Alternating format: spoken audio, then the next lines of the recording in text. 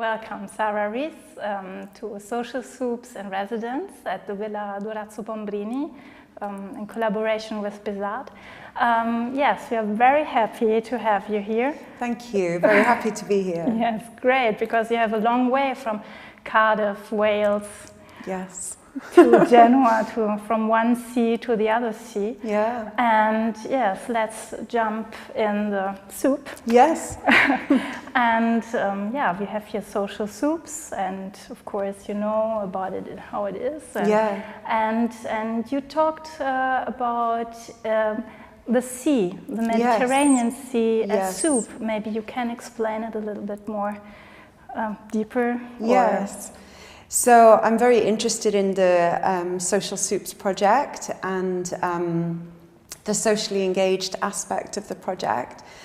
And so when I was thinking of how I would respond to this idea of social soups, I thought of the sea really as a soup, particularly because the last project I did was in Athens. Yes, thinking about the Mediterranean Sea and the sea in general. So, yeah, thinking of the sea as a kind of soup and also a social soup. But for me, what's interesting about that is how it relates to the refugee crisis, in particular to the really the shores of Europe and what we're experiencing here, and particularly what Greece and what Italy have been experiencing. Also, I myself grew up very close to the sea, and I realized when I began thinking about the sea and making some research about Genoa and its very rich history in terms of the sea and all of its different aspects, I realized that even though I'd grown up next to the sea, I'd never made a piece of work particularly about that. So it's something personally that I'm close to and very interested in, but also, yeah, how the sea relates to the situation that we're in now, particularly coming from Britain, from the UK. Our relationship to Europe has changed, and also borders have become something that have become like a very pressing issue. So ultimately, this border between civilization and Europe is really the border with the sea. So this is what I would like to investigate during the Social Soups project. So it's really taking social soups in a kind of metaphoric kind of way. Yeah, that sounds great. And as you said, borders, I think this is also a key topic of your work. Maybe you can explain about borders, limits. Yes. Liminally. Yeah. I've become very interested in the idea of the liminal, and this, in its kind of direct translation, talks about between spaces or thresholds between one thing and another. So where the sea meets the land, this particular space. So I'm very interested in exploring the history and the workings today of the port in Genoa as occupying this liminal space. But also the refugee crisis in terms of liminality, because this history of the idea comes from anthropology, and it really talks about a transitional space where something or some people are in a space that is neither here nor there, and is somehow outside of the usual structures of society. And these liminal spaces, they're spaces without function in a way or status, and they're not permanent spaces. They're about they have a very temporary nature and transitional. So I also started thinking about these liminal spaces as also a position that people could occupy, going through this process of having to leave their homes, as many millions are doing right now. And the sea is a kind of liminal space. It's the thing that both connects us all over the world, but also separates us.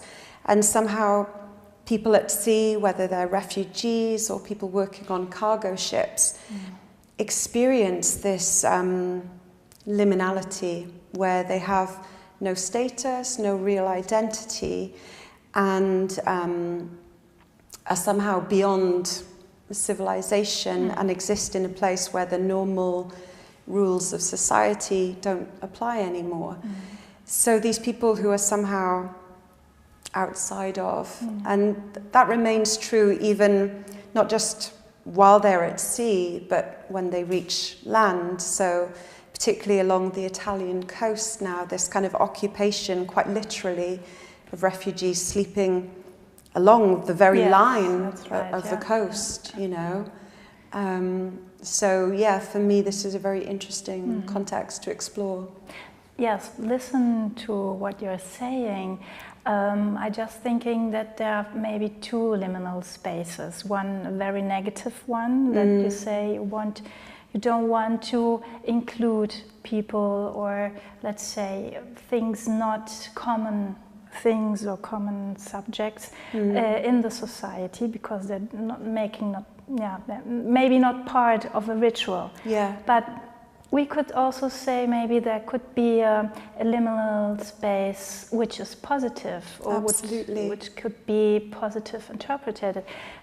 I think artistic operations are very often, or maybe are the liminal space per excellence, to be in becoming something, or to become something positive, new, a new model of society, to reflect situations we are so used to live them.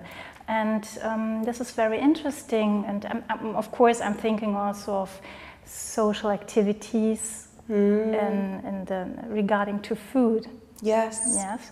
And maybe this exchange of food, or because every culture brings with it, let's say, a special way to cook or to eat or to share food. So also, let's say, sharing food or cooking, or the consumption could be a liminal space too. Absolutely. Could that be? Maybe it's just something, because as you said before, you see the sea, the Mediterranean Sea, as a soup. So maybe we can think of the Mediterranean as a liminal space. Absolutely, yes, very much so.